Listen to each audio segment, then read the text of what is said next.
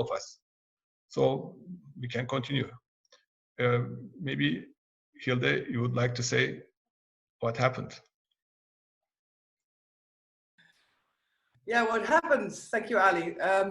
What happened is that the letter has been sent. Most of all of you have seen it.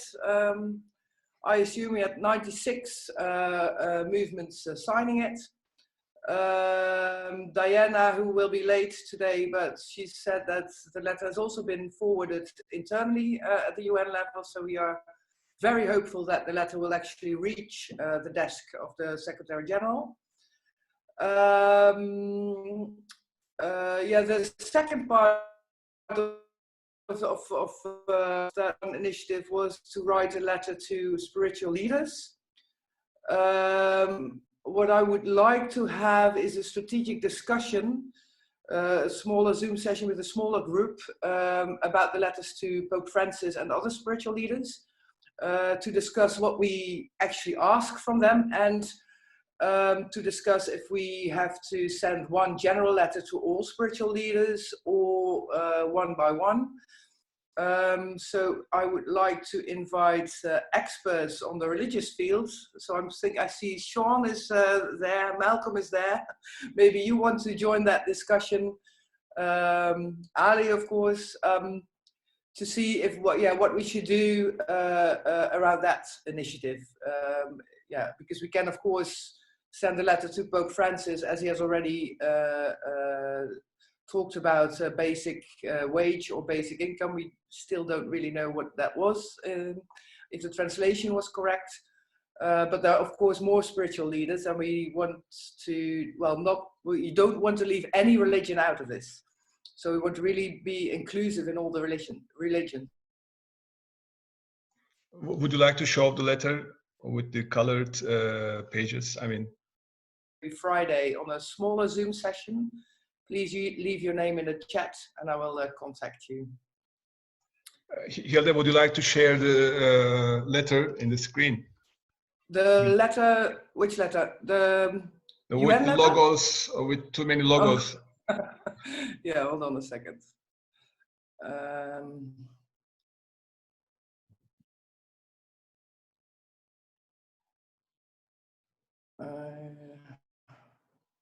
No, oh, you have to enable me. I cannot share my screen, it says. It says host disabled attendee screen sharing.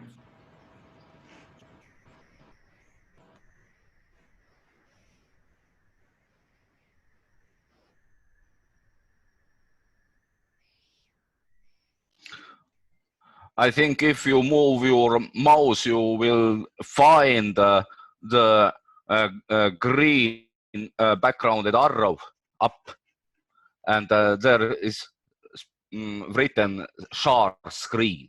Yes, that's correct, but it says host disabled my screen sharing. So Ali has to sort of like, or maybe you can share the letter, Ali, from your... I don't have it right now. I have to find it. But because of the Zoom bombers, a friend of mine changed the, how you can say, the details of it. Where are you here? So now you are a co-host. Maybe now you can do it, I guess. Yeah. Can you try once again? Yeah. We had two very bad experience. That's why. Okay. Yeah. So maybe recalling the PR strategy that we discussed last week, that we do not publish it online yet, because we want to give the Secretary General the time to digest that. Well, first to receive it and then to digest it. And depending on his reply, we will sort of like formulate, discuss a PR strategy. And if there's no reply, we will send a reminder. And if there's no reply at all, we will give the green light to publish the letter. There's two letters. This is one is the main one. You've all seen it, to Antonio Guterres, Secretary General, and a covering letter to the head of UNDP and the Assistant Administrator of UNDP, where we also included the full letter. And this is a colorful annex with all the organizations with logos and links to websites. And it is 96, I believe, 96 organizations. And I think you'll found the link in your email box. It was shared in the UBI Google groups. And if not, then you can send me an email, and I'll put it. Well, maybe I'll put the link on in the chat box as well for the ones that don't have the link. So what as I said, the next one is the letter to spiritual leaders. So yeah, okay. Sean has already confirmed that he will be part of the smaller Zoom meeting group to discuss the strategy. So we need to discuss the strategy first. What's the timing of it? How is the timing of it? Friday?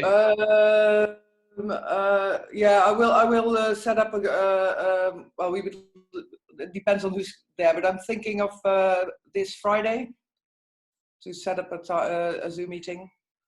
GMT 2 o'clock. Is it good? 2 p.m.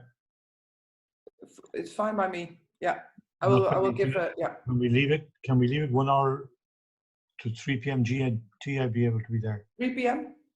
3 p.m. GMT. No, that's 4 p.m. Yeah, 3 p.m. Okay. GMT. Yeah. Yeah. Okay. That would be good. Thank you. Yeah. Okay. And then something completely different for the group that is doing all the cultural things and with the artists. There is a live cast this Thursday. I will put it in the chat from events and festival organizations internationally. And they will discuss basic income, and they will discuss how festivals can contribute to the implementation of basic income. Today I recorded a 1-minute pitch about basic income, and they will react to that on a live stream. So for the people that are interested in that or working on the cultural sector thing, I will put it in the chat. Oh, that didn't work, almost. But everyone can join. Somehow it doesn't work, but I'll put it in later. But everyone can join in that live chat. And there's also a chat box that you can react live. So that's just an invitation. That was it from my side, Ali. Thank you, Hilde. So, any friends who would like to add anything about this working group number 1's activities? I guess I'm also checking the screens, but okay. So nobody. Second one is how we can continue. Okay, here. Oh, okay. Regarding the Plunder of Commons, Guy is not here today with us, but I guess you all received the emails. Can I show you the Google survey for this purpose? I mean, the survey prepared for this purpose, which is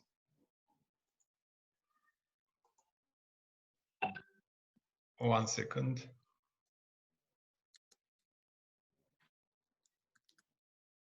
Okay, here. Dear friends, last week Guy was with us, and he's preparing a report or something like this. But I guess it will be very valuable for future UBI advocacy efforts also. It's about Plunder of Commons. All the text is here. In fact, you received it with your invitation letters.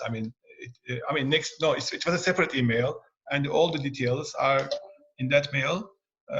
Also, we put it in the survey too, but the questions are very short. The first one is natural commons. Second one is social commons. Third one is civil commons. Fourth one is cultural commons. And the fifth one is knowledge commons. There are some explanations about these 5 categories of commons. Of course, if you agree, you can put the name of your country, or you can say all the world or globe, whatever. Or of course, you can add some other details too. So it has 5 questions. So you can answer whichever you like. The first 5 is the categories mentioned in his book, and the last 2 are the country name and the additional details. Of course, all the questions are optional. At the moment, there are few contributions. Do you have any ideas about this effort? I mean, the plunder of commons. No? I was, hello everybody, my name is Julio from Guatemala. Oh, Julio. I was at a call last week with Guy, standing also together with Michael Hodson and David Graeber. And at the end of the talk, we discussed a bit about this idea of the relationship between the plundering of the commons and the need for basic income. And I think there is some work there to be done on like this creation of new sort of statistical parameters in order to understand better what does it mean to say that the commons have been plundered. No, Guy was talking about it. I think more from a perspective of the philosophy of science, also to come up with metrics that people can then relate to as GDP. We know was constructed back in the time. So I think this is something that requires a lot of work, and I sadly don't have the capacities at the moment for it. But it would be nice to fill out this form and take it from there. Thank you, Julio. Any other friends who would like to contribute? Or can I ask another question, a direct question?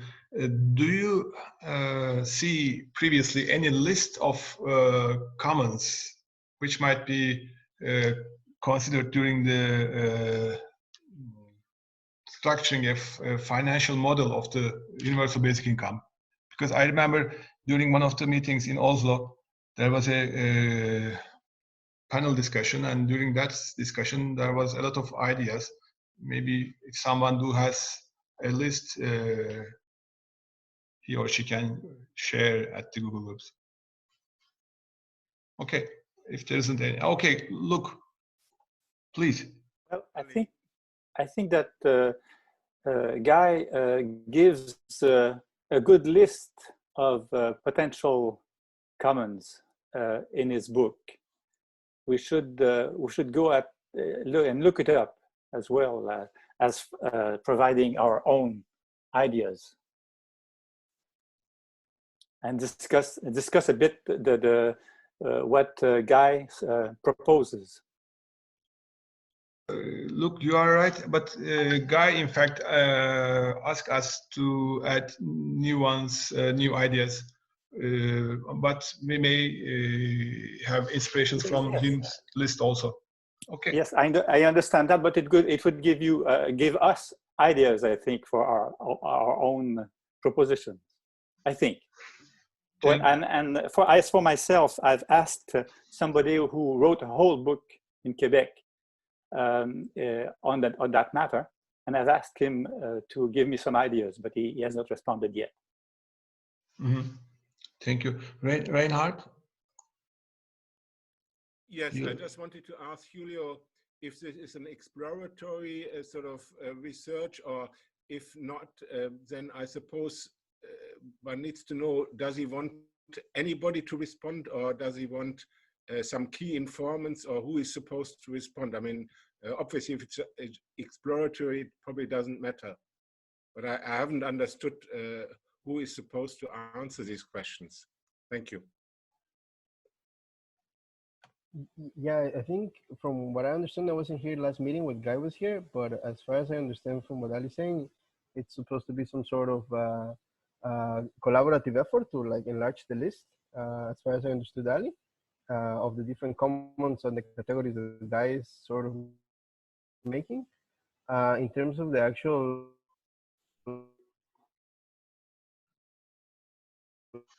construction of the statistical Hodson, Graeber and Guy wanted to take together, so I need to follow up on it. My understanding is he's preparing a report or something like this, but he already prepared a paper, and in this paper he's telling about these issues. And concerning this pandemic crisis, also he says that we have to reverse the plundering of the camels, and he would like to add some different and new ideas from different countries. But it will be very helpful for all of us. That's why I really very excited about this project. So there isn't any other issue about or any other contributions? None? Okay. Alexander is here, I guess. He was, I saw. Okay. Alexander, regarding working group number 3, is there any news? Would you like to say anything? We couldn't hear you. No, we have no news, so nothing new. Sorry. In fact, I know Gerder and the others are doing certain things, but maybe if they join us today, we can hear about the progress maybe from them. Okay. Would you like to say anything else, Alexander? No, it's okay. Okay. Let me continue. I have two issues, but before it, is there anybody who would like to say any progress from their working group or any new ideas or if not, then let me go to working group number 10. I guess Julio is here. That's good. Where was it?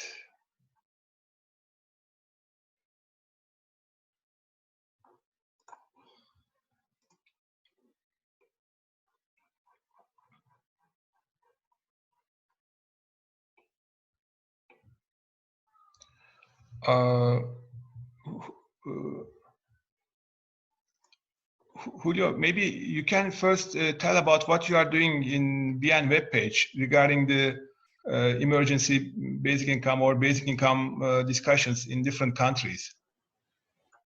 Yes, so thanks, Ali. So in the past few weeks, Malcolm and I and the rest of the EC have been slowly trying to collect the different texts, and I thank the people that already sent them. We've gotten texts from the Netherlands, from Spain, from Canada. We're still trying to get some from Brazil, Argentina, hopefully some Colombia. We have some from Chile as well. But it's basically like a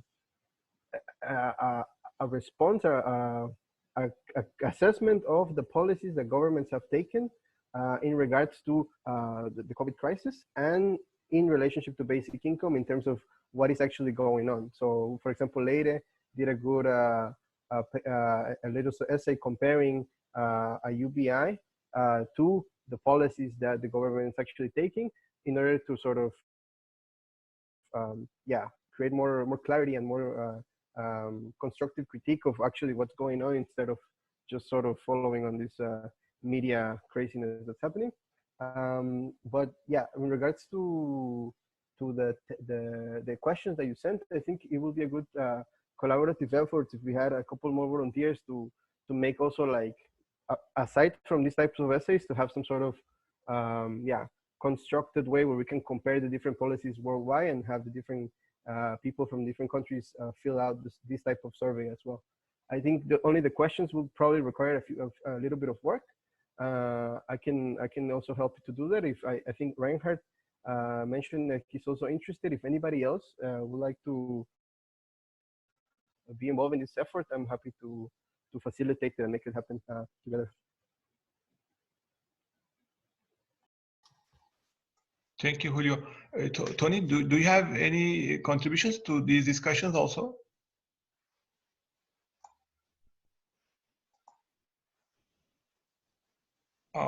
You are muted, Tony. I'm embarrassed to tell everybody that I'm having a great deal of trouble accessing the Google group, and I have to sort out my relationship with Google. So I have not seen any of these things yet, but I hope to see them soon. So I have nothing to add to this particular conversation. Thank you, Ali. Oh, okay. Then Julio, maybe I better, dear friends, maybe I better remind the proposal, the previous proposal, which was, 1 second.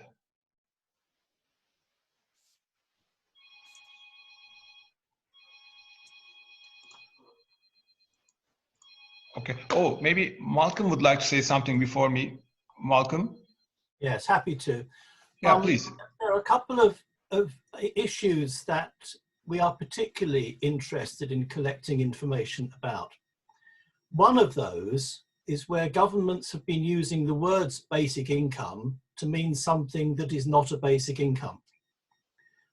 This has been particularly unhelpful in this debate because rational debate can only occur if we are using the same words to mean the same things. And so to collect the information about what governments mean when they say basic income is quite important. And there are some examples of this. The worst example at the moment is Spain. And the problem with the Spanish government using the words basic income to describe an income tested benefit is that other parliamentarians around the world have been saying that Spain is implementing a basic income, and it is not. So it's real information that we need to put out there if we can. And it's that kind of question that we really need to have answered. Also, it's very useful to know in which countries well-researched basic income proposals have been made and have been picked up by members of parliament and policymakers of various kinds, because that can tell us something about the kind of research that now needs to be done in a variety of countries to enable the basic income idea to be taken more seriously by parliaments. So it's that kind of detailed information that it's really useful to collect together. So perhaps questions about those things might be added. And I'd be very pleased to help with the construction of the list of questions. Thank you, Malcolm. Tony, would you like to? You are muted, Tony. Would you? Okay. Okay. Can you hear me now? With respect to what Malcolm's saying, in Canada, there are two things. There's great confusion in the media, and there's a difference of opinion among advocates. But basically, recently, 50 senators, which is half of our Senate, have issued a letter to the government calling for an income-tested basic income. And those of us in Canada who are advocating for years are in fact advocating for an income-tested basic income because it is most suitable to the Canadian situation in our judgment. I know this makes a real problem, and I understand Malcolm's concern, and we have the same concern, but exactly how to deal with it is very difficult. Our concept here of universal is about universal availability, just like our healthcare system. If you need it, it's there for you, no questions asked. That's our concept, that is, with the exception, the major and important exception of Quebec, which is proposing a classic universal basic income. So in a federal system, it's quite complex, and the media is messing everything up, and we're trying to at least clarify what the majority of provinces are calling for in terms of what we do call a basic income. So I'm happy to provide whatever information I can, Malcolm. Yeah, thank you. I'm pleased that you raised the issue of Canada's problem, because I was politely not doing so. Because Canada has constantly caused this problem in the global debate. And the Ontario experiment that was called a basic income was both household tested and income tested.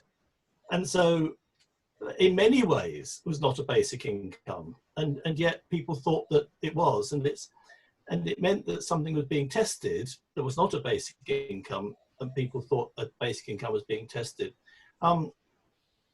Now, all these experiments I think are great, and the more the better. But what I'm not sure about is how we're going to sort out this terminology problem so that we all mean the same thing by the same words. Right. I mean, I understand that problem. I really do, and I agree with you.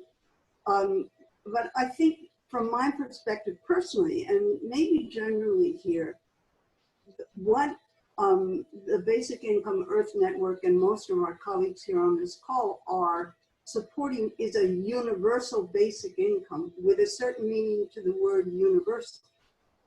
So we talk about an income tested basic income in order to try to clarify. I think again, speaking for myself, I have a little problem with the thought that we can't use the words basic income. That somehow, unless it's a universal basic income classically defined, we're not entitled to use the words basic income.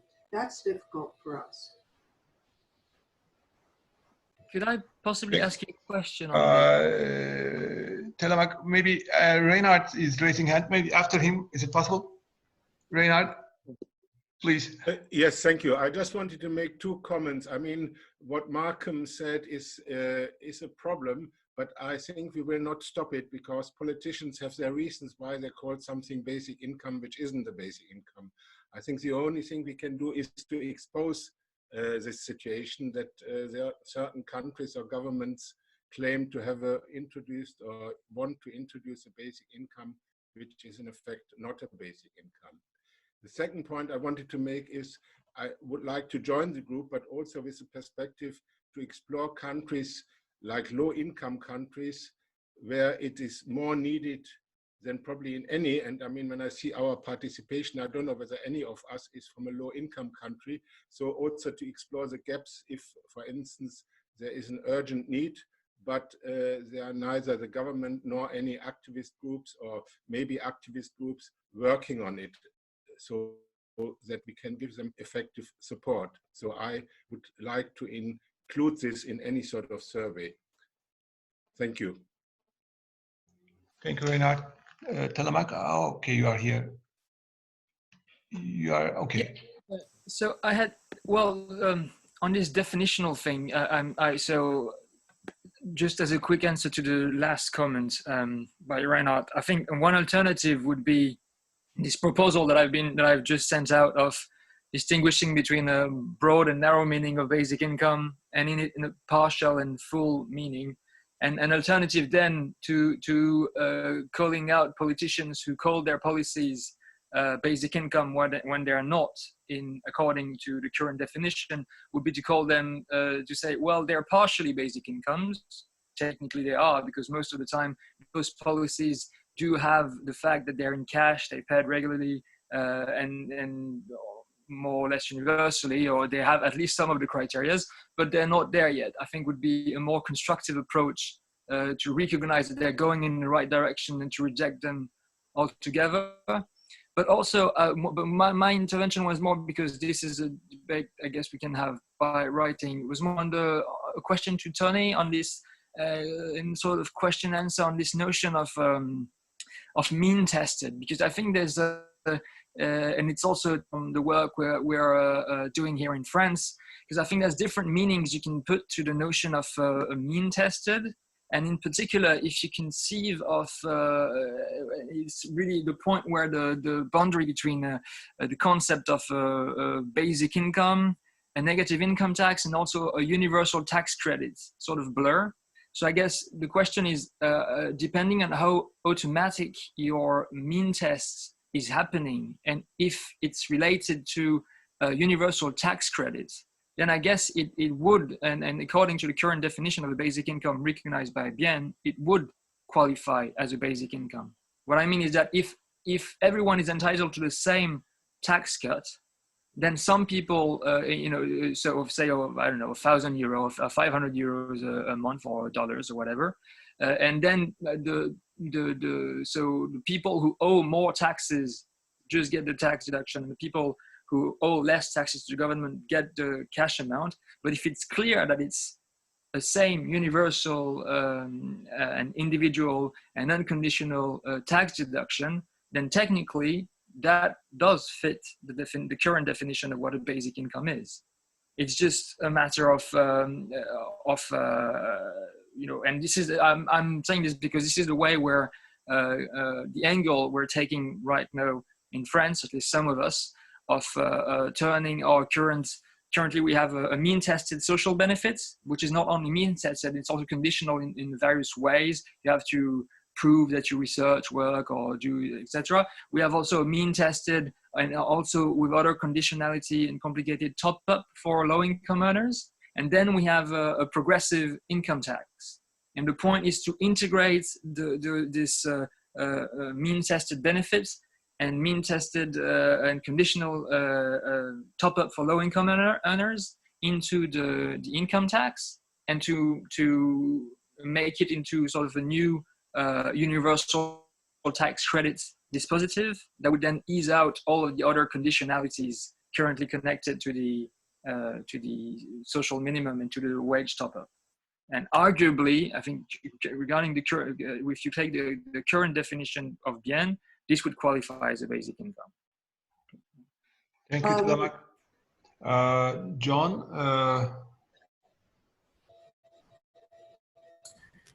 Yes. Yeah, thanks, Andy. I just wanted to comment on means tested. Canada right now, so we have means test. And means goes beyond income. It goes into what your wealth is. So they can before you can go on a social welfare system, you basically have to make sure that you are poverty ridden. You have got to spend all of your resources trying to stay alive. And when those resources all run out, then you can get assistance. And what we in Canada, I think, are proposing is not a means tested, it's an income tested. So that if you are, if you don't have enough income, you don't have to sell everything. You just get topped up to whatever, whatever level it is that is determined to be poverty or poverty plus 10 or wherever we end up. That you're topped up to that. So it's not means tested so much as income tested.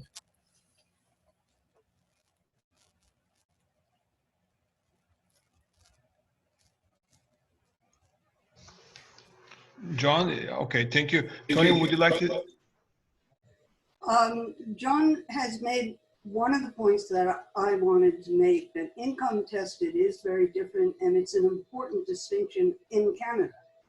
And then trying to respond to Jackie's comment, I have to admit I'm not an expert on the tax stuff, but VICN has published a report in which it, through or by means of which it works out the financing of 3 different models of what we call basic income. One is a classic UBI model, and 2 of them are income tested models. And all of them are worked out in terms of the tax system.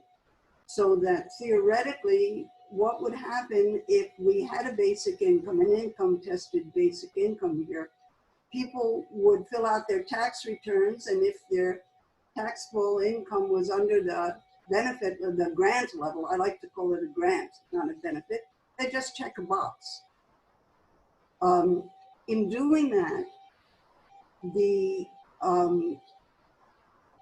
work was substantial to make sure there were changes in tax brackets and in the tax rate for the different brackets, but no new taxes were introduced. And it was demonstrated by the group that did this in Canada that all three versions can be financed in Canada through the tax system, Jeffrey. So in terms of refundable tax credits, it does, as I understand this report, it does rely on getting rid of non-refundable tax credits and only having the equivalent of refundable tax credits. And then there's what John has called a top up, which is not that, it's not that here's the income level, and if you're here, you get money up to this, but rather here's the poverty level. Here's the poverty level. If your income is here, up to this point, you're not, none of the grant is reduced. Beyond that point, up to a termination point, some of the grant is reduced over time. I mean, increasingly reduced over time until it reaches a point where everybody's tax basis is the same. So I can't quite, I don't grasp it well enough, honestly, to be directly responsive, I think, to your suggestion that what we're doing really is within the classic definition of a UBI. I would be glad to hear that, actually.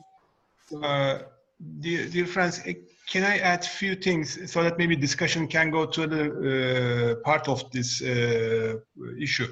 The issue is we need structured data. I mean, in order to make comparisons, in order to make in order to drive some results. So we should have questions, if possible, with binary answers. But it may be too many. I mean, when I say too many, it may be more than maybe certain number of questions. But these questions will ask certain things, and at the end, based on these questions, we can have an idea what kind of policy is on the table in that country. So my proposal is to ask simple questions, if possible, with binary answers, and based on these answers, we can make comparisons, or we can, how I can say, we can maybe use it like a scorecard for that project. Okay, that project is, okay, this is not basic income, or it is basic income, but it is 50% basic income, or 60% basic income. I mean, we can have a quantification based on these questions. In fact, I had sent a very simple draft. My proposition is, let's improve the draft of the questions and then try to find answers to those questions. And based on these answers, we can say which is real basic income, which is not a basic income, or which is a partial one, or which has nothing to do with basic income. So we can make these decisions based on these simple but a set of questions. Thank you. Reinhard, please.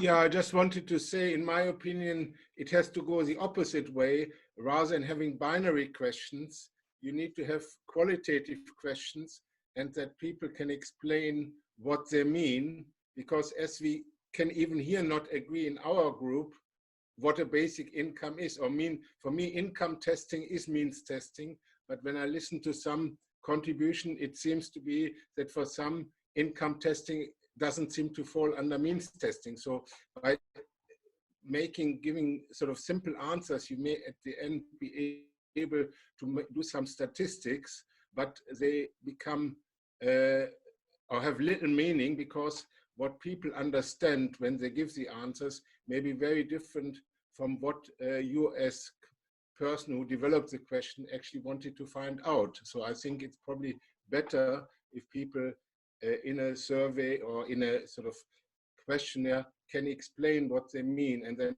one can decide whether it is a basic income or approaches a basic income according to the definition of bien. Thank you. Thank you very much. Any contributions regarding this issue? Can I? Sure. Is there a way is there a computer way to raise hand that I'm not aware of? Whatever. I look into this later on. I think if you move your mouse at the bottom, you will see participants. If you click participants, there is a list at the right hand side of the screen. And if you go down, there are 3 dots. Okay. Okay. Sorry. I found it. Okay. Thank you very much. Cheers. Okay, I see this. So I'll raise my hand next time anyway. So yeah, there was quickly maybe on this, there was 3 different things.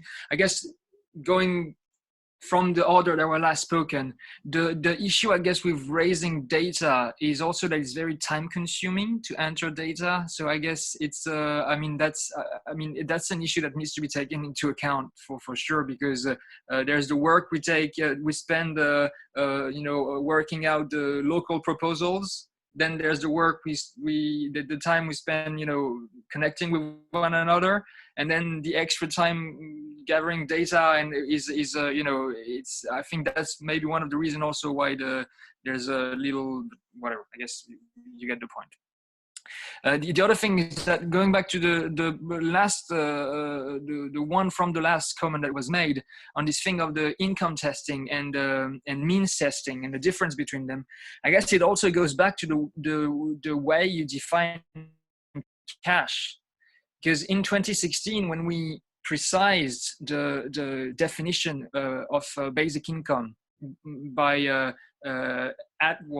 adding some criteria that arguably had been there from the very start, that it has to be a regular payment, not a one-time grant, and that it had to be in cash, we also took the time to add sort of a definition of each of the criteria of what a basic income means. So for instance, to assert that the universality mainly means the no means test, that the unconditionality mainly means the no activity test, as it was made clear in the 1988 definition.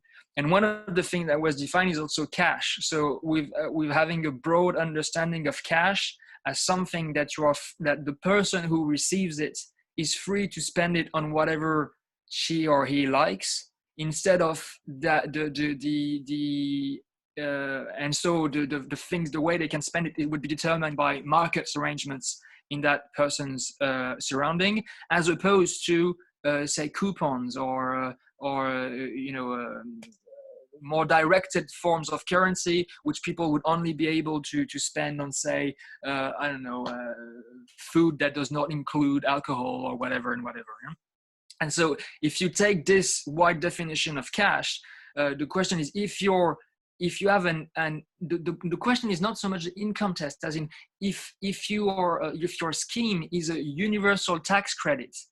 I think one of the other thing is that one of the point that was not added in 2016, and that I think was also very clear from 1986, and that we probably should add to the definition, is the notion that a basic income is a uniform payment. So we're talking about giving the same amount of money to everyone, to the whole thing. Maybe even in some schemes you have some difference between the children and the adults, but even there, I would argue these would be 2 different basic income schemes under a same umbrella. But we are clear that all the adults would get the same amount and all the children would get the same amount, and that is, I think, a key criteria. And so if you give the same amount by a tax credit, that actually, and if the tax is paid in cash, that means actually the people do get some extra spending power. They can decide to spend on whatever they like. So this is where I would argue a universal tax credit would qualify as a basic income.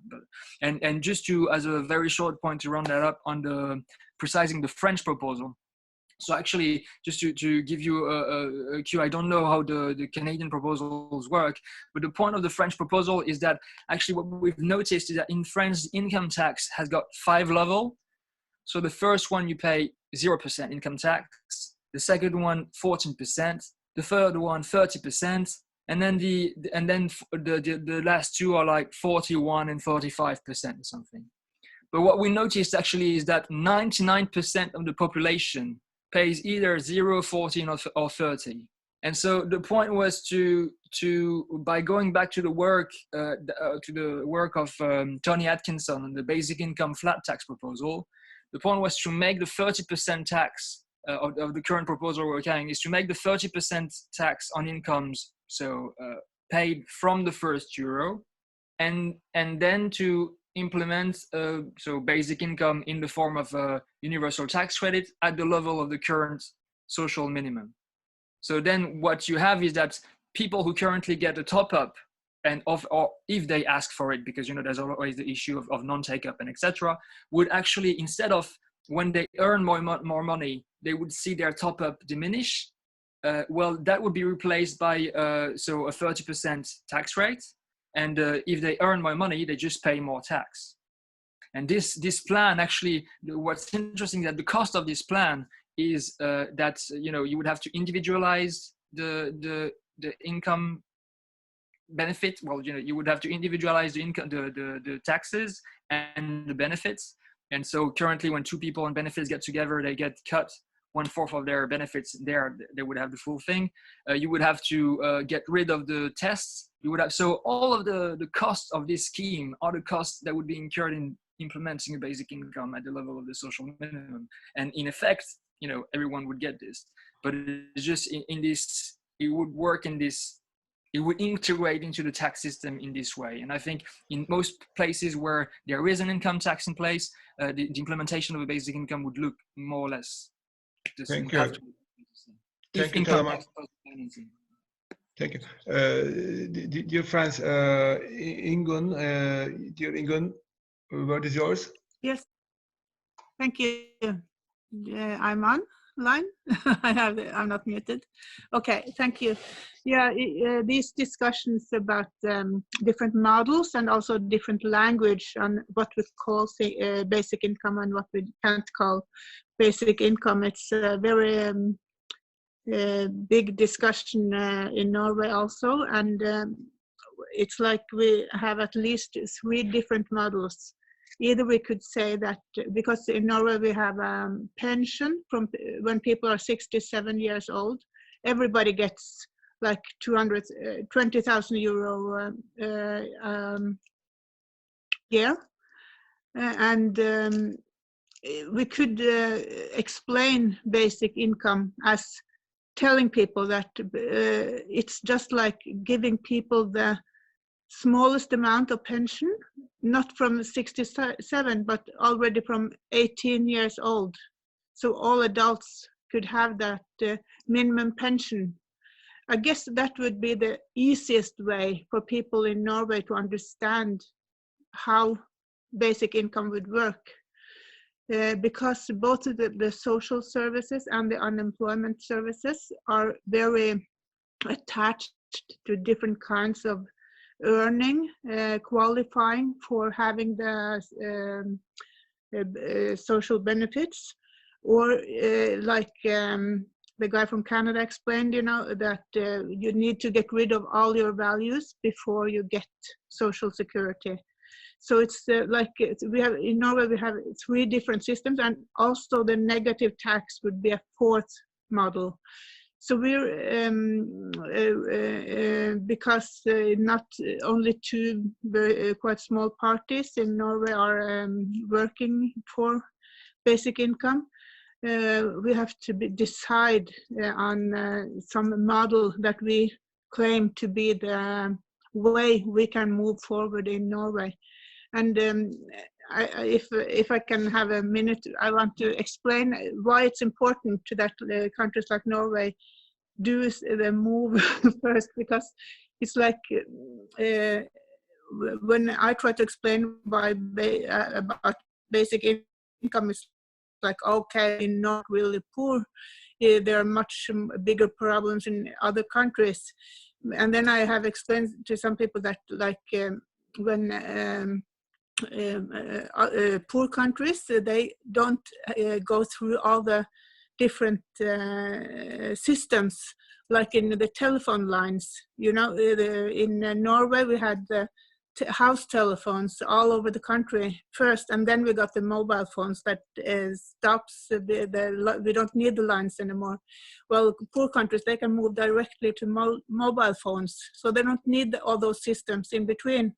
And I think many of the welfare systems, like in the Nordic countries, we have developed very complicated welfare systems, and it's not like all countries need to go through all those systems. Now countries should introduce directly basic income, but Norway also needs to do it, because we need to be an example of how it can be done, because it's possible to make it happen in these countries. So it's very interesting to see that we can fight for the same solution directly from poor countries and richer countries, and the answers, the questions are different, but the answers is the same. So I hope really that we can make a common language, and that we will each other to develop these models. And I think that the working group that Gerdur is in about seeing how the poverty lines are different in different countries, that work could also be helpful in seeing how different models are more or less useful in different countries. So I think the group 17 with Gerdur, that we should be closely attached to seeing these questions to make it useful for that work. Thank you. Thank you, Ingun. Dear Reinhard? Yes, I just want to suggest that we change or move this discussion to the working group, because otherwise I think we will, because I can see many different opinions and understandings of what a basic income is, and we can go on forever. And actually we want to try and find out, I assume, through such a sort of exploratory research, what are the different understandings of a basic income, what are the differences, and then what can we learn from this, rather than having this discussion here, because I think otherwise I could respond to what previous speakers said, but I think that will make us go on forever. Thank you. Thank you, Reinhard. Telemag?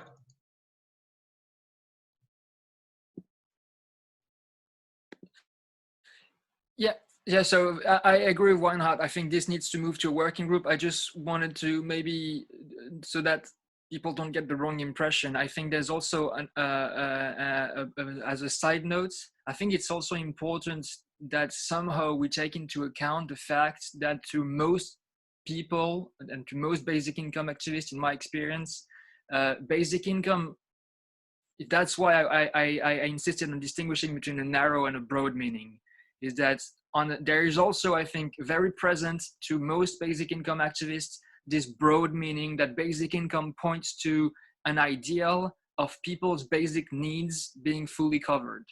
And to most people, that goes beyond just the income in a narrow sense to cover also some kind of healthcare, housing, insurance, and whatever and whatnot. And I think this also would, I mean, it's important to keep in mind. And even also as we have all this talk, maybe to round up this talk of gathering data and looking at different kind of reactions, I think, you know, this is where, to me, it would be important to distinguish between those two meanings, and to also take into account all of these other policies, to look at as basic income as, you know, part of a wider, you know, in a broader meaning of a broader basic income, in a more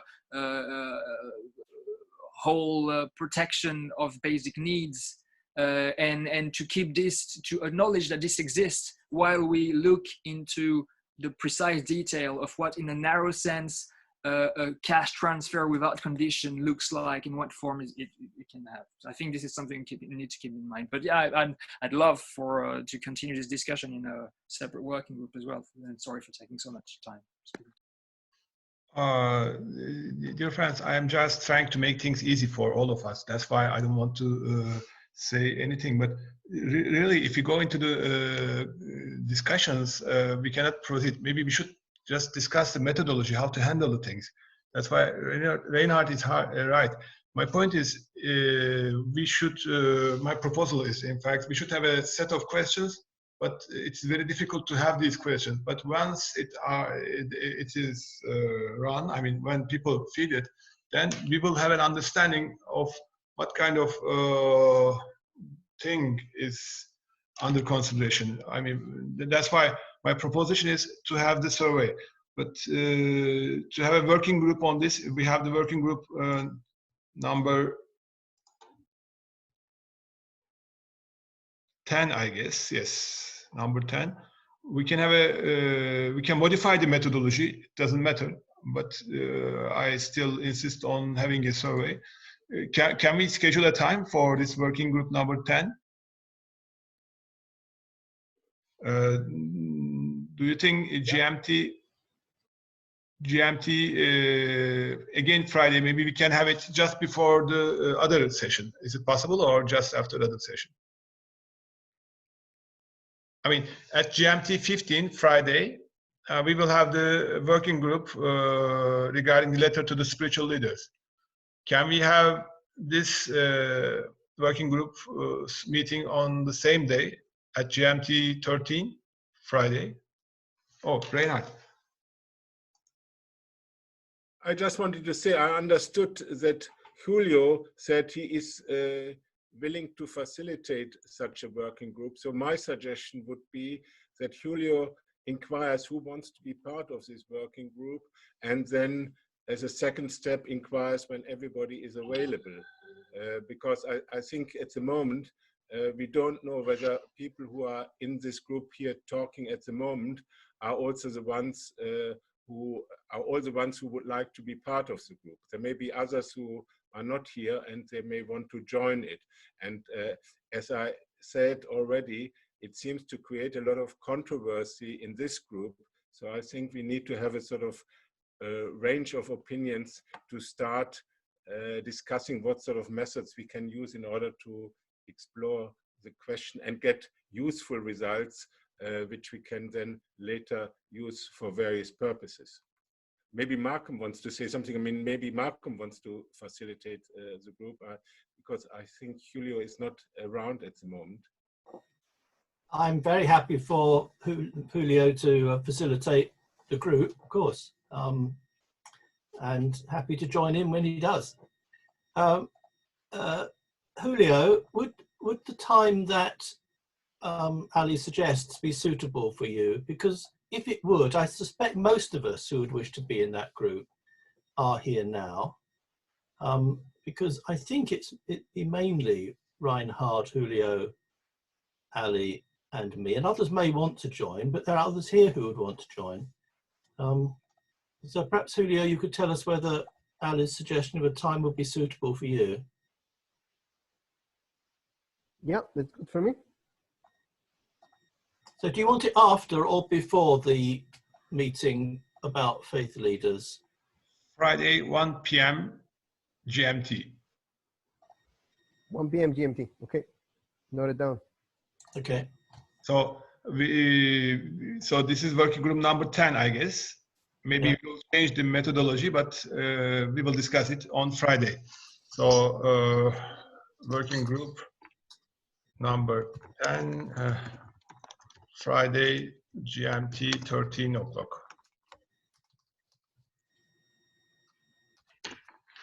I put it into the chat box. Dear friends, I think we are finished with this working group 2. So is there any friend who would like to say something else, or we better hear all of us? Oh, Barbara is here. Yeah. Yes. My apologies, everyone. I've just joined in. I just heard the tail end about faith leaders, and someone may have mentioned this already, but the Anglican leadership bishops in Canada came out with a letter a few days ago in support of basic income. So the Anglican leadership. Barb? Yeah, I can send yes, I can. I'll email it to you. I mean, to the chat box so that all friends can. I don't have, I'm on a different computer, so I don't have direct okay. access to it now. So I'll send it to you, Ali. My apologies. Yeah. Oh, thank you. Dear Tony. Okay. I would just like to say that it seems to me someone from Canada should be in that working group, since we have developed quite a lot of work in this area, not in the nomenclature, but in terms of defining what we want as a basic income. Sheila is the best person to do it, and because she's the most knowledgeable. If she cannot do it because she's very, very busy, then I would be willing and happy to join Julio's group, but I don't know how to do that. Can you write your email down, please, Tony? Yes, in the chat box? Yes, please. Okay. Tony, similar to this session, you will receive an email with a Zoom link and a password. That's all. Okay. But my point is, at the moment, Malcolm, Tony, Julio, Reinhard, and who else? I don't know. Please write your. Telemac should be here. Any. Okay. And who else? Telemac, I think. Oh, Telemac, yes. So any Telemac, Reinhard, Julio, Tony, Malcolm, and Sheila, I guess you mentioned, Tony. Well, I can't volunteer her, Ali. I can't volunteer her because she's so busy, but she would be ideal for this work. We will invite her, or maybe we can write to the email group. Anybody who is interested can join too. Okay, we can do it like this. Maybe it will be much better. Maybe Annie would be interested as well. Who? Annie Miller. Yeah, I already wrote his name, her name. Okay, so we don't have any other issue in my mind, but maybe we better hear all of you. Maybe we can start with Gerda. Yeah.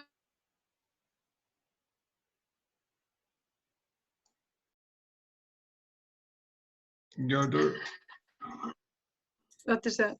Gerda. So we have been very busy with. Gerda, sorry? we couldn't hear you well. Would you please restart your contribution?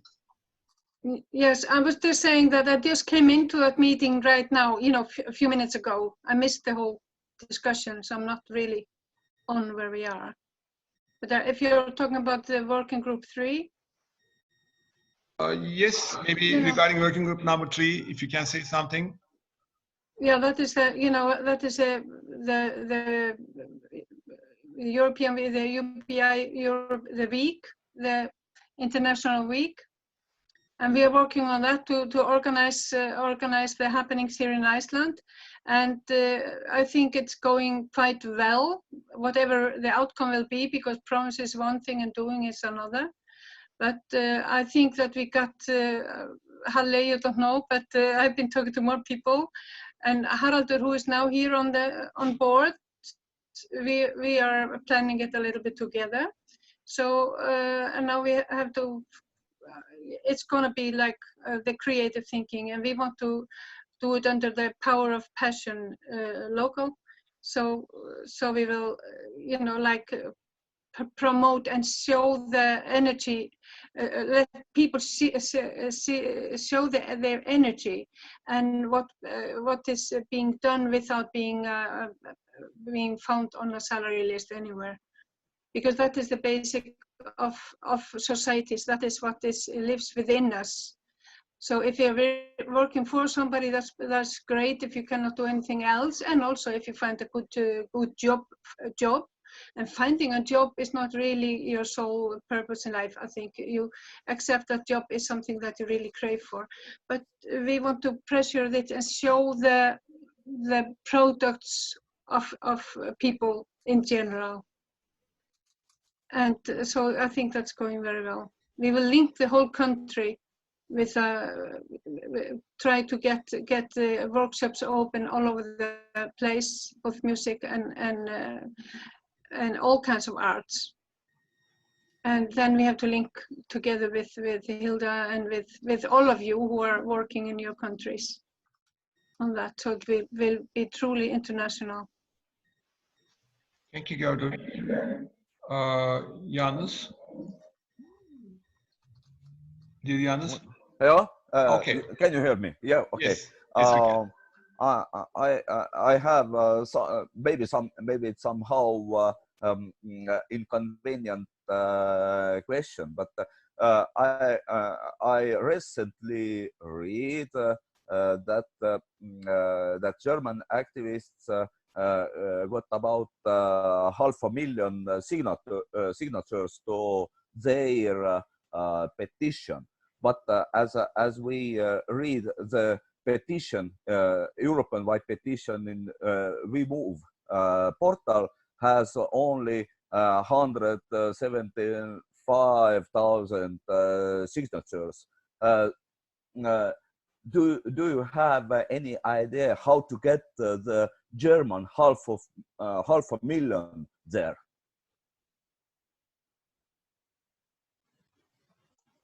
I don't know. Good question, isn't it? Maybe German fans. Yeah, but this this is something to think about because why we collect those signatures when people perhaps don't know about this possibility. But is here someone from the We Move team or UBI? I'm a member of UBI, but okay. Separate. Who is administrating this petition in We Move? Nobody. Okay. Okay. I have another question. Perhaps I just hope so that the people in We Move they have also some collection of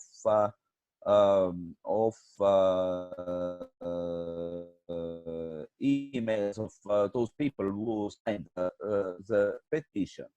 So I have an idea that maybe if in any country or some local petition, then perhaps we can call the people from the same country who signed the petition We Move to sign also this local petition. I wrote such proposal to the people in We Move, and now I'm waiting for answer. But yes, this question about German 500,000 signatures, it's maybe Ulrich knows something about, and maybe he got any idea how to bring the European petition to those Germans who signed their local. Jens, I would like to say something. Oh, maybe Ulrike first. Yes. Yes, I'm from Germany, and I wanted to answer to Janos. Well, I'm in a lot of networks, and wherever I can, I write, and I think as Julio wrote, there are a lot of people, a lot of tries to inform the people and to sign. We are on working, but well, maybe not 500. We see, but we try what we can, and of course Ulrich tries as well. Everyone in these networks is trying and working for science. Thank you. Thank you, Ulrike. I have one thing about this issue. I know we were in a Zoom session regarding the ECI campaign. It was about 2 weeks ago, I guess. Nobody know about this signature collection campaign, but suddenly somebody said, okay, there's a new campaign, and we learned about it. So most of the members of the UBI do not have any information about this, but we just saw it. Any friends who would like to contribute, or maybe we can continue? Julian, I think this is your first time, I guess, Julian. Maybe we can continue with you. Any contributions? Yes, first time here. I'm a long-term advocate from Norfolk, UK, 20 years advocating UBI. I'm happy to be involved on working groups, particularly the one on definitions. I'm suffering from quite a bad illness at the moment. I've got pancreatic cancer, so I may have to drop in and drop out at different times, but very happy to be here and very happy to work with you as much as I can, because in UK here, we really, really need a UBI or whatever type of basic income as soon as possible. Thank you. Thank you, Julian. Nice to see you with us. Anybody else who would like to continue? If not, maybe Haraldur, would you like to? Well, thank you. Just came late to the meeting, so I'm not, well, I don't know what you have been discussing, but it's great to be here. It's really empowering to see all these people here in a group and gradually learning about the movement and how you organize your work. And I'm glad to be a part of it. I'm from Akureyri, in north of the country, and I have teamed up with Gerður about this happening in September. And it's moving along, and we are discussing ideas for it, and maybe it would be better to introduce that further at a later date. But it's great to be here. Thank you all. Thank you, Haraldur. Peter Knight, dear Peter, would you like to say anything? No, really, I haven't anything much to add. I did put into the chat a very good reference that I just came across through another network. It's a dissertation, a PhD dissertation by a Swedish woman on the concept of sufficiency and how to get it into the political system. Very, very complete bibliography and excellent linkage between the concepts of sustainability and sufficiency. For me, sufficiency is UBI. But she comes at it in a broader thing and looks at how this value gets incorporated into the political system and looks at two specific cases. But any case, I just think it's a nice thing to add. I put it on the reading list for my submissions for sustainability recommended readings and viewings. That's all I have to say. Nothing particularly new to add from what's going on here in Brazil or the US. Thank you, Peter. Nice to see you. I guess Leandro, dear Leandro, okay, you are here. Okay, welcome, please. Hey, hello everyone. I'm happy to be with you again. I'm sorry I'm going in and out of the meeting every time because we are having tough times here in the City Council of São Paulo. We have meetings today for votations and so on.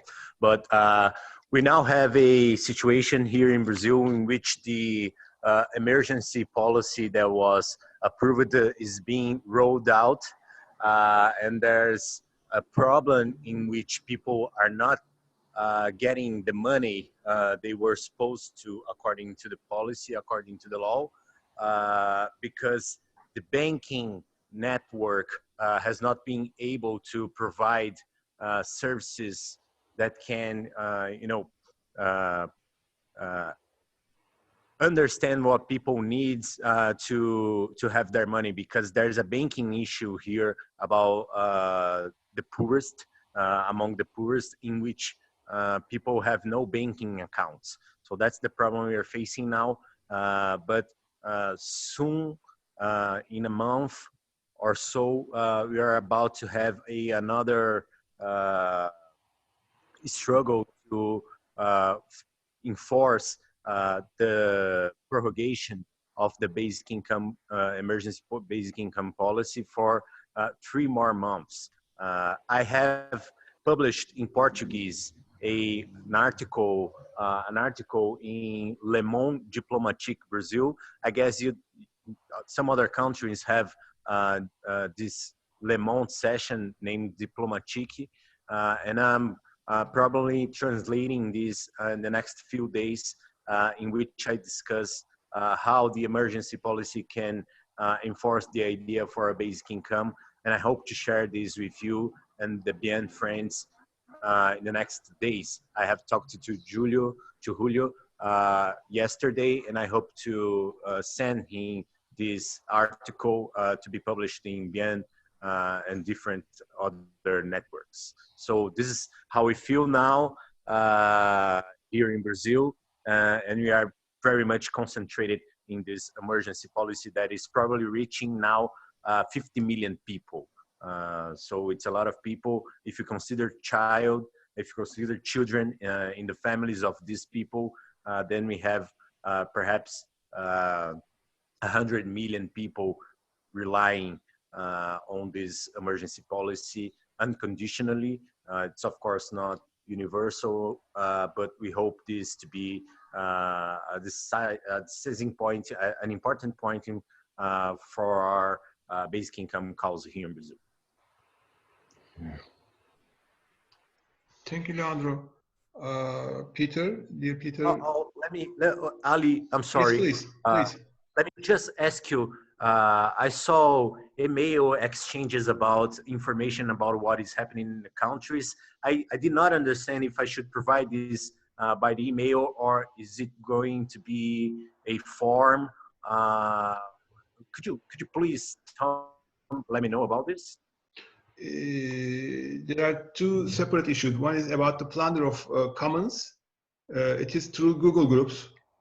The other one is regarding the UBI related or similar to UBI policies under discussion in different countries. It will be decided on this Friday. On Friday, we will have a working group meeting at 1 p.m. GMT. Okay, thank you. So the plunder of commerce is a Google survey. So Peter, Peter, please. Ali, can you hear me? Yes, please. Okay. Just been working away on issue number 5, letters to the ministers. We were trying to get a poll added into the Facebook page, but found that we couldn't do so. So what I've now done is I've moved a section to the bottom of the letter and a request. Please retain or remove the donation pledge at the bottom of the letter, add your name and city, and email to the ministers involved. So we sort of figured that a poll wasn't actually required because the ministers would be getting the actual letters saying, look, we want to donate 1% of our UBI to help every country do it. So at the moment, we're down to 8 pictures that we're envisioning describe what we're trying to do. This links into the UN letter as well. So just very briefly, I'll tell you the 8 pictures. Someone in the USA or Germany receiving a UBI of $250 per week multiplying or showing that that's 13,000 a year, calling it the freedom dividend. Second picture, spending over 130,000 on VAT goods a year to be worse off with this funding. So making the point. And estimating that less than 10% of the population does this. These are the high spenders. Mention the other tax measures in the US, but state that the 10% VAT financing is sufficient for the European social dividend.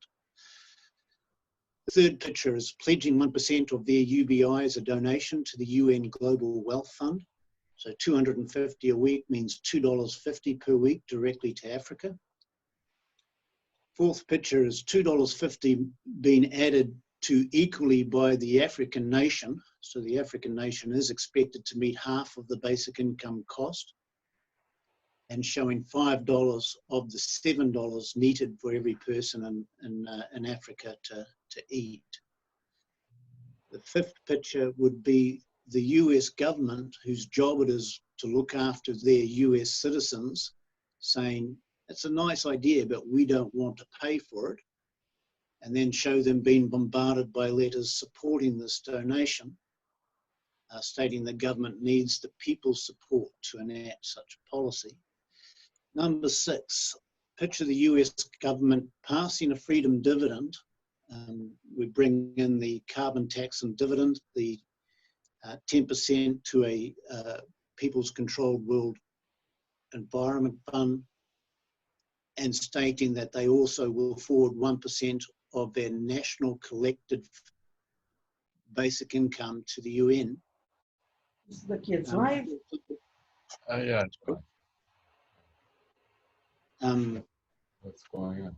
I'm sort of claiming a picture of Trump claiming by supporting World UBI, empowering the world's population and protecting their own health and well-being, they have further protected the US citizens' health.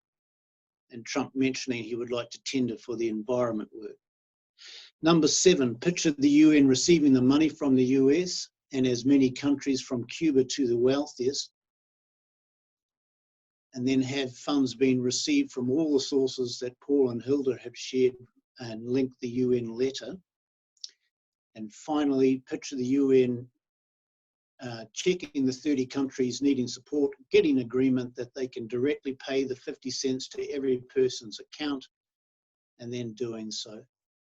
Finally, there's a link at the bottom of the cartoons to the ministers' letters for each of the countries.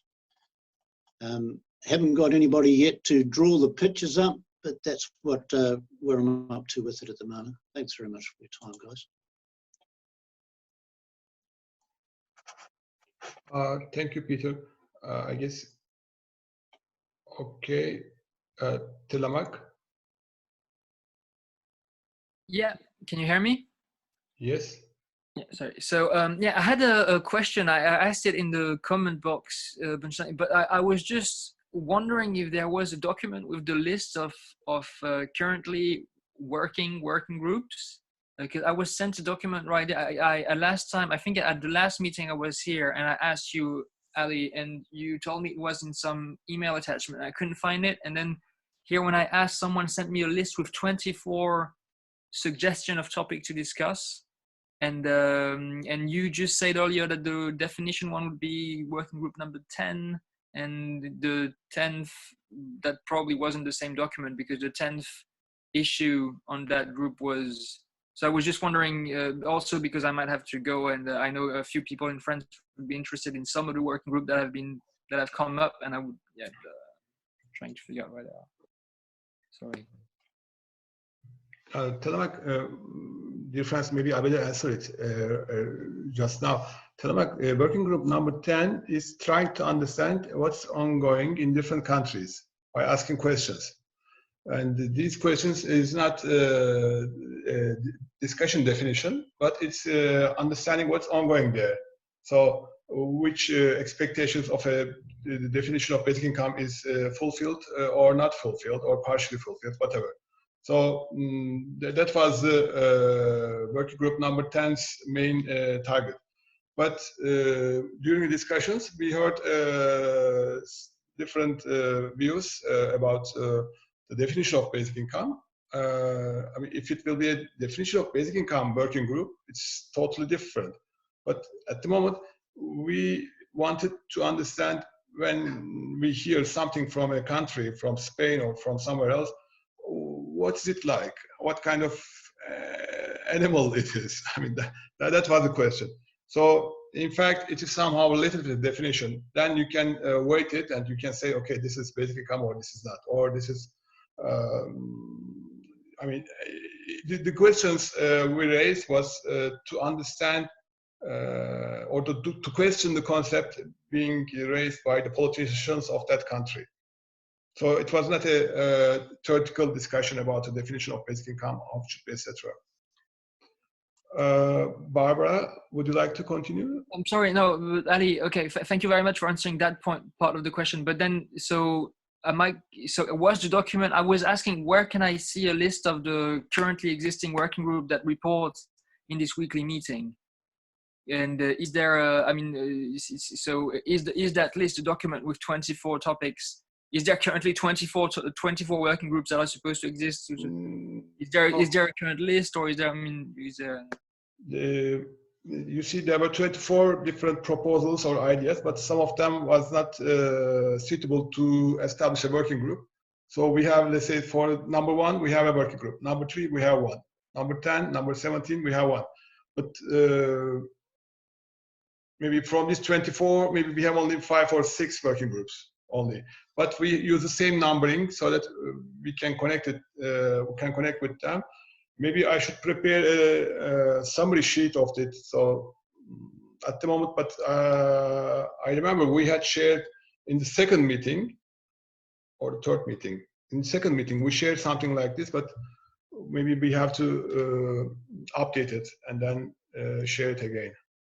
Maybe to save you some time, if you were just to send an email on the list of international advocates to ask which working group are currently holding meetings at which frequency and etc., that could, you know, ease your work a lot, since, you know, you're already doing a lot, and I think we're all very grateful for all you've been doing organizing. So this would, you know, I think also working groups could then manifest themselves and perhaps redefine themselves in this way. Telemark, let me answer this at the end, because if I give answers, then dear friends who are waiting, so I will answer all these at the end. Barbara, please. I guess. Yes, thank you.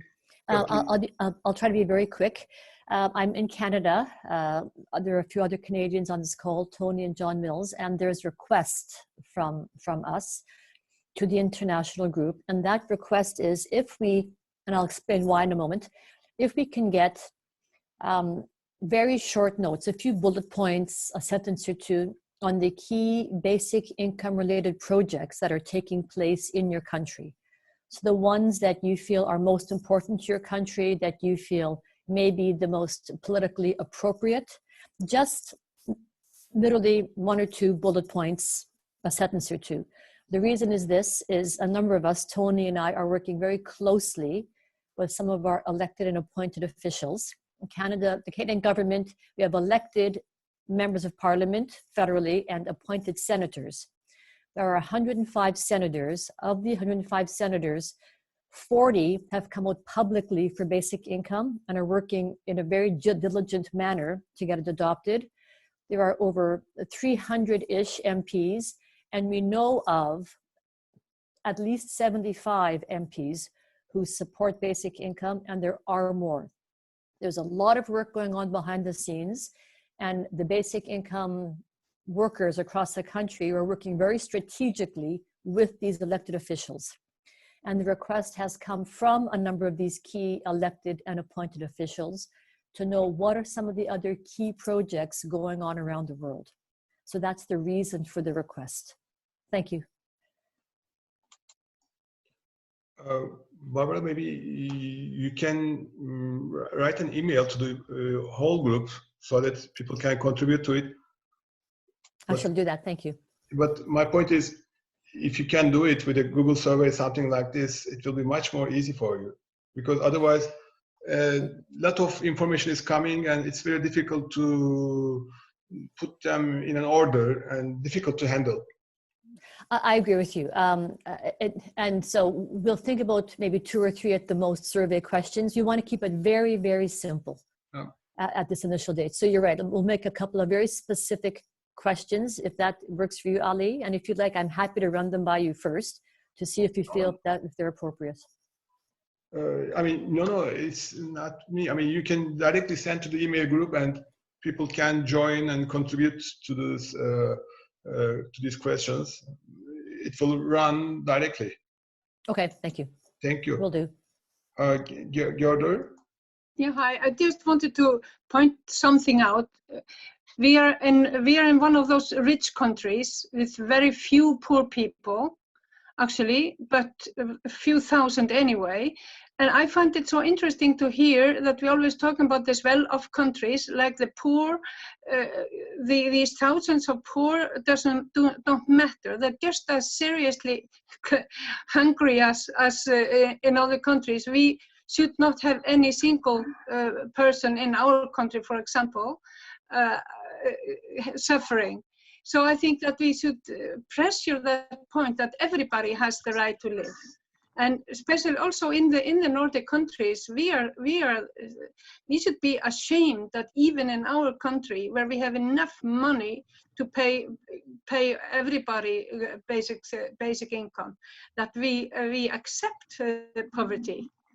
And I also think that we should talk more about UBI as investment. It is not a cost. Can you afford it? Can you afford it? That's just a lot of baloney, of course, because with basic income, you are activating people. You are giving people tools in their hands to participate. And nobody does bloody anything without money in their hands. You know, you can build up your future, but you don't do it except with having tools to do it.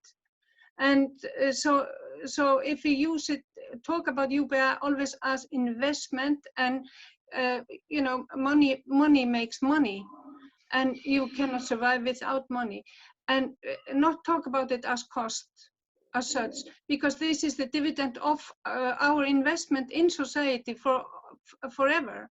And we never get, we get everybody, when companies go bankrupt, when disaster happens, okay, the government takes it on, we take it on, but we don't get our dividends paid ever. So that we should see this as the live chain to the public, to participate in society.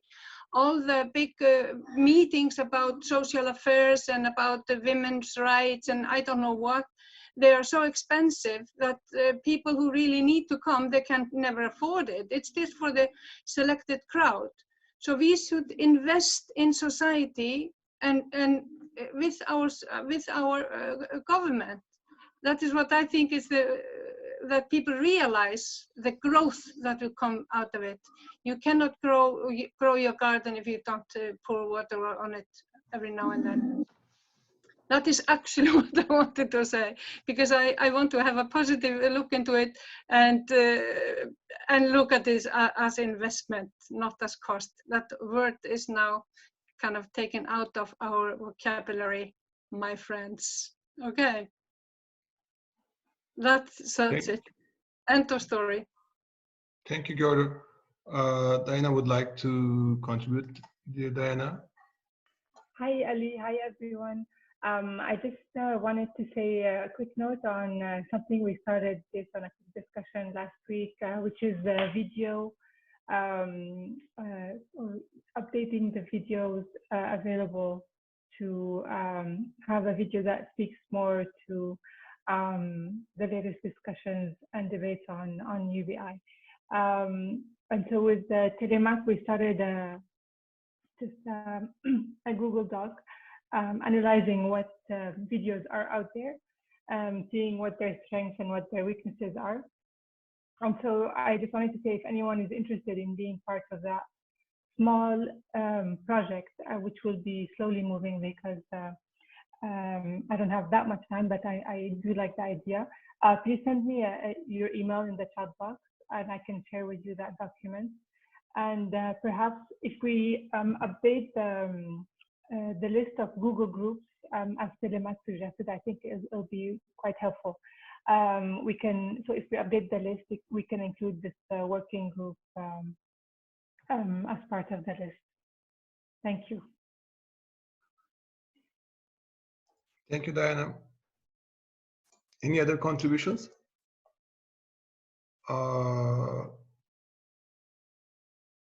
Any friends who didn't contribute?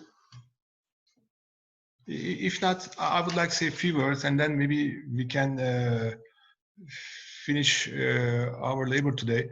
The first thing is I would like to say what's ongoing in Turkey. It's really very difficult times. It's very difficult here in Turkey. A lot of people lost their job because they were earning their jobs daily and spending daily. Now they do not have any work, they do not have any income, and they do not have any accumulated money in the bank. So it's a big problem. Regarding the political parties are not that much interested with basic income because they prefer people not to be that free. I mean, at the end of the day, it's an emancipation. But they prefer, okay, people will be in problem and they will be solving it for them. So the people will be kind of waiting for the gesture from the political parties, or, I mean, it shouldn't be a constitutional right, but it should be a gesture model. But my point here is what we are trying to do is we have 79 political parties in Turkey. We are trying to reach to all of them. But at the same time, in Turkey, we have 81 cities, 970 zones or districts, and 51,000 villages or smaller districts. So we are trying to have at least one person from each village or each zone and each city. And that kind of study is ongoing. To tell the truth, we are working very hard, and we are sleeping maybe 5-6 hours a day. I lost about more than 12 kilos. Maybe dear friends who saw me in India during the World Congress, when they see me right now, they will not believe it. Really, I lost more than 12, about 13 kilos in 5 or 6 weeks. This is the case in Turkey, but people are very much interested and they are joining the game. I mean, when I say game, UBI advocacy issues. And our biggest effort is to save the principles. I mean, we are always saying that we shouldn't make any calculations. I mean, how much money will be distributed, etc. We should first agree on the principles. That's why we have certain surveys, and they are very useful because within the structure of the survey, we are also emphasizing the concept in small pieces. So let's say, instead of saying that, okay, a long sentence, we have a survey of 15 questions. When people try to answer these 15 questions in a binary way, like I agree or I do not agree, and he can also, or she can also add some details. This is not only functioning as a survey, but also functioning as a tool to convey the details of the basic income to these people. Regarding the working groups, I understand my friends, thanks to them, they are expecting to have a list of the working groups and prepare it and submit it, etc., etc. But the idea was, everybody can make a proposition, everybody can raise an idea. So in the first list, there were about 24 ideas or proposals. What we thought is that each group, okay, if somebody's interested, okay, the proposer should be a kind of leader of this group, and we'll take the people who are interested and we'll continue, like what Hilde did. You remember working group number 1? There was a proposal, and the proposed party was Hilde, and people who were interested were there, and then they went to there. But in some of the working groups, unfortunately, the proposers was not able to allocate time So I know some working groups, maybe the proposal is not in the game anymore, but the others are continuing it. So I will try to organize something and share with you regarding existing working groups. But the concept was propose something. If there are people around this idea, okay, then organize a working group and continue.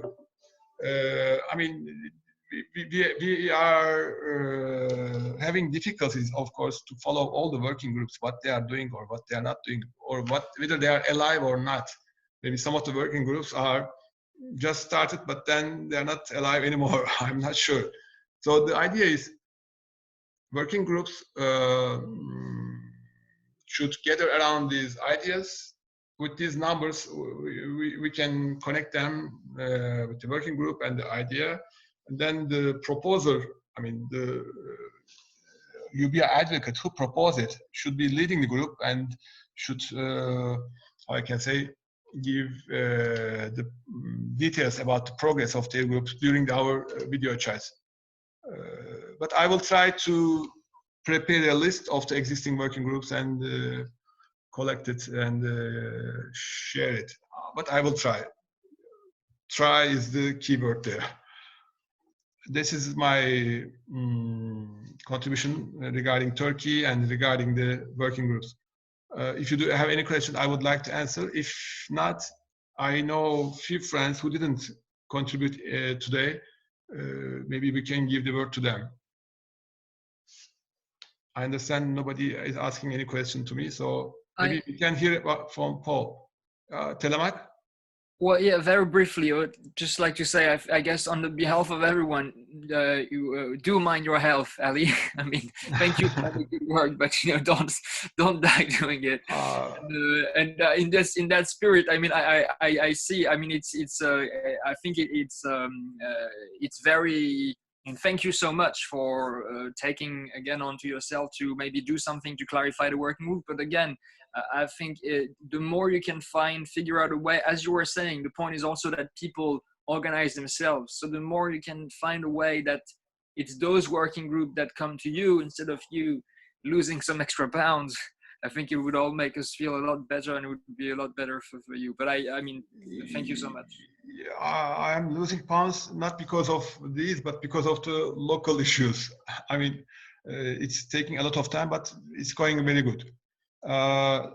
Lane, pardon, Lane, maybe before you, can we hear Paul? Dear Paul? Yeah. Oh. I'd just like to say that as well. Thanks loads, Ali, for everything that you're doing. You've got a lot on your plate, and we all really appreciate it. You know, I haven't said anything today. I'm getting on with stuff in working groups, and people know me, or a lot of people do. If you want me to help out, ask. Thank you, Paul. Very kind of you. Lane, dear Lane, and Gaileen. This is Ian, that's how you say my name. Ian, okay. From New Zealand. What's happening here in New Zealand is that our rates of COVID-19 are declining rapidly. We've had no new cases for 2 days. They're also declining in Australia. And so there's preliminary talks going on about opening the borders between New Zealand and Australia and some of the Pacific nations which have managed to stay free of COVID-19. As far as our government goes, considering basic income, they earlier said that they were considering it, but they're now very coy on the subject. And they have a daily press conference at the moment with COVID-19 situation. And they were specifically asked by one reporter, was basic income still on the table? To which the Minister of Finance replied, it's not a matter of what's on the table and what's not on the table, it's a matter of what is appropriate at the time, and refused to say any more. So we have a budget coming up next week, so there's a possibility there may be something in the budget, but I'm not all that hopeful. Last year they did the same thing. They wouldn't say whether they were considering it or not, you know, and sort of left it open, being very ambiguous about it. and then there was nothing in the budget at all. So the next thing we have is in September, there's going to be a general election in New Zealand, and one of the smaller parties, which has no members in Parliament, has announced a universal basic income, they call it, as a central plank of their policy. And it's at the last election, they also had a basic income, but it was one of these basic incomes that doesn't really qualify because it had too many conditions on it. It wasn't universal. It didn't apply to all age groups and so on. But this time they have actually quite a good basic income policy, which I hope will stir up debate amongst the other people and raise awareness of it. So we're still a little bit hopeful that we're going to get something. The Prime Minister makes a lot of right noises about needing to get money into the hands of the people who can spend it in order to boost the economy. We've had an extra 30,000 people in about 3 weeks register for unemployment or job seeker support. So the number of unemployed people is still climbing rapidly, and that's a real issue. And the basic income is a solution to that we would like to see them become more aware of. So the Prime Minister is saying we need to get money into the hands of these people, and then in the next breath she says, so we need to support companies.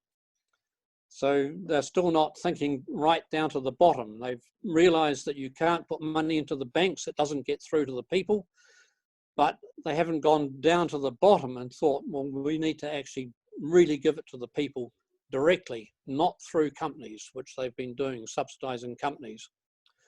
So that's about the situation in New Zealand. That's all I can say at the moment, I think. Thank you very much. Ian, is the correct pronunciation? Yes, Ian. Ian, I'm sorry. Thank you. Dear Annie, would you like to say? We would like to hear you.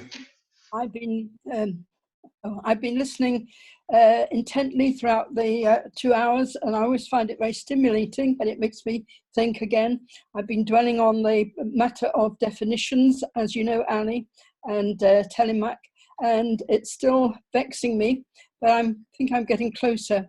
So I shall look forward to any discussions about definition on Friday if we do get to that. The things in the UK is that we have, for the last 4 decades, we've had governments who you can't trust. They have very underhand ways of making rich people better off and making poor people, they're well below the poverty line. I mean, the subsistence level would, what they get is about half what they would get for the EU poverty benchmark, for instance.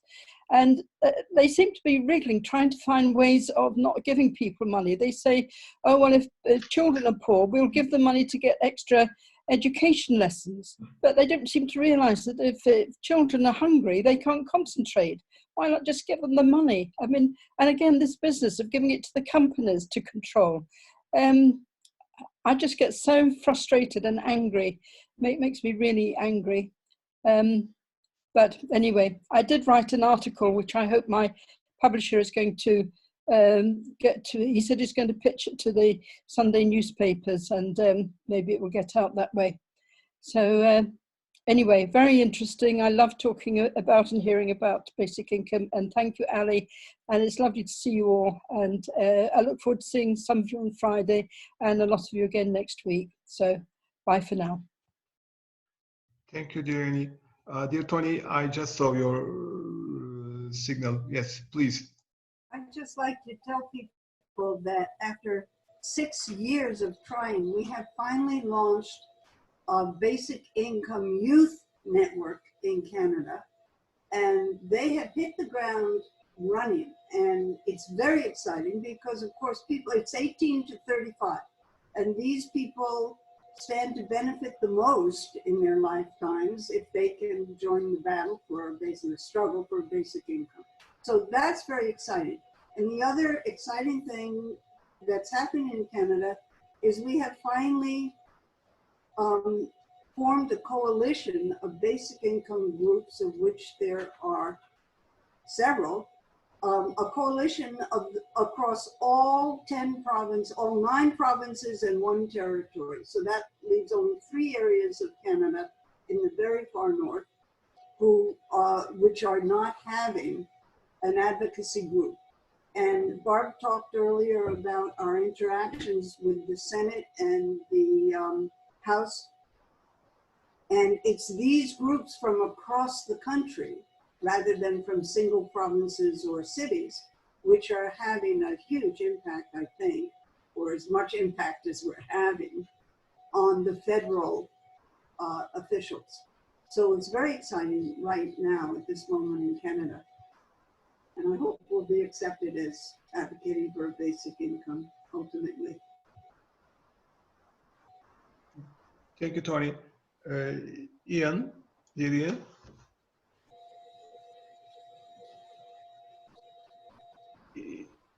Yes, earlier Hilda said that Diana might be able to update us about what is actually happening inside the United Nations. And I'd like to hear if she can do that for us.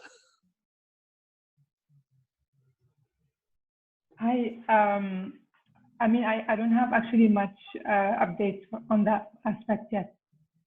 So I wasn't informed of any movement, any reaction after the letter that was sent. But I, of course, will update everyone once, as soon as we hear something. Thank you, Diana. Michelle, we didn't hear you today, and I guess you are the only one who didn't contribute. Would you like to say anything? Yes. No, I have joined the discussion by now, so I was mostly here to listen by now. I'm just having by now some pretty interesting news from Italy as far as the basic income is concerned, because the government has recently issued a policy which is still called as an emergency income, which is not the full-fledged basic income the UBI has originally proposed, but is still a significant step forward. So we are, I was, before talking about this measure, I was better waiting for 1 more week and then discuss and then share the news a little bit further next time. So that's why I was basically muted by now. Thank you, Michelle. Dear Janus. Okay. Latest good news from Estonia are that many people who earlier told that they were absolutely against UBI, they have expressed during the corona pandemic that they were changed their mind, and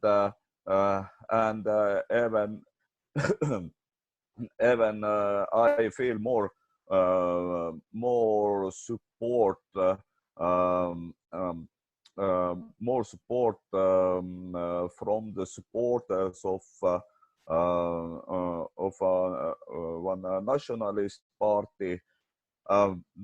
Maybe I don't, and even their in their portal, one of their members have published already two articles for UBI, and he even proposed one better word describing this thing, UBI. And but other thing, I don't know what the others do, but I do the most part of the UBI propaganda in Estonia, and mainly in Facebook. And my tactics is to use every bad news, or to abuse every bad news, that allows us to show that UBI is the step against it. And now, yesterday, one of our ministers published an article that about that the state will support the families. Okay, she is right. Families needs support during such crisis, but as a support, they offer the loan. Well, that means that means some people have an ideal thinking about the ideal society, like the society of debt slavery. So we got just again one point to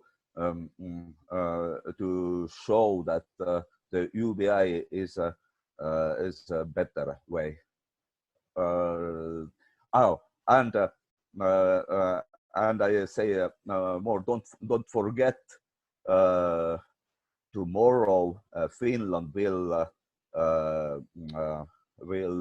show their final report about their UBI-like experiment. Thank you, Janus. Dear friends, Paul. Paul, please.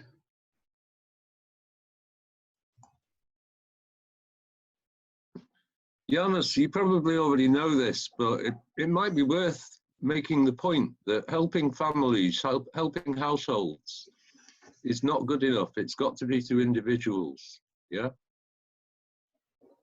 But it's good to get that message out because it makes a big difference to women. By helping individuals, we help families. That's it.